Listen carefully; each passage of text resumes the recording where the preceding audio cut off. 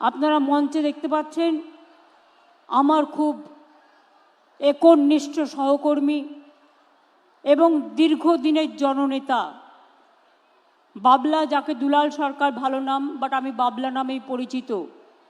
আমি ছাত্র রাজনীতি যখন করি তখন থেকেই এদের সকলের সাথে আমার এত গভীর যোগ ছিল যে আমি নিজে একজন স্বজনকে হারিয়েছি। তার পরিবার চৈতালি এখানে আছে।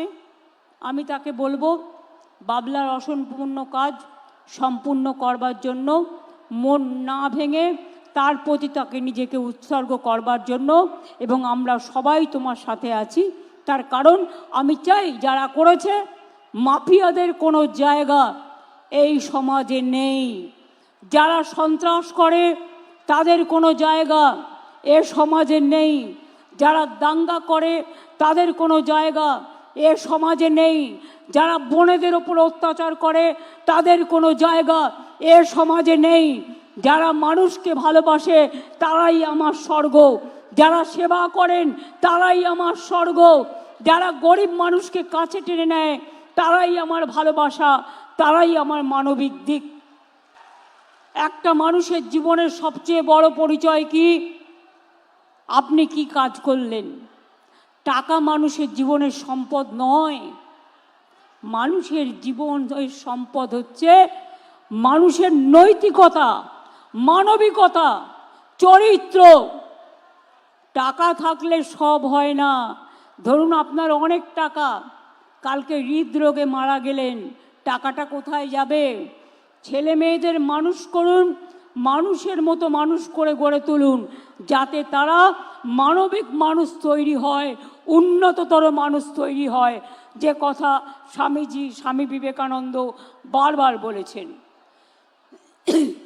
আমি মালদা জেলায় এই অনুষ্ঠান থেকে 1211 কোটি 54,24,00,000 টাকার মধ্যে অনেকগুলো উদ্বোধন এবং শিলান্যাসের করে গেলাম। 123টি প্রকল্পের উদ্বোধন করলাম এবং 76টি প্রকল্পের শিলান্যাস করলাম নতুন করে। তার জন্য 876,85,54,00,000 টাকা দেয়া হলো। আমি খুশি যে মালদার এই মিটিং থেকে আজকে 2 লক্ষ মানুষের কাছে সমস্ত পরিষেবা পৌঁছে যাবে। Thanks to my DM and all the BDO, SDO and all police administration for their active participation. আমি গ্রাম সভা, পঞ্চায়েত সমিতি, জেলা পরিষদ, কর্পোরেশনকে বলবো, সপ্তাহে সপ্তাহে বিডিওদেরও বলবো, দেখে শিক্ষা নিন।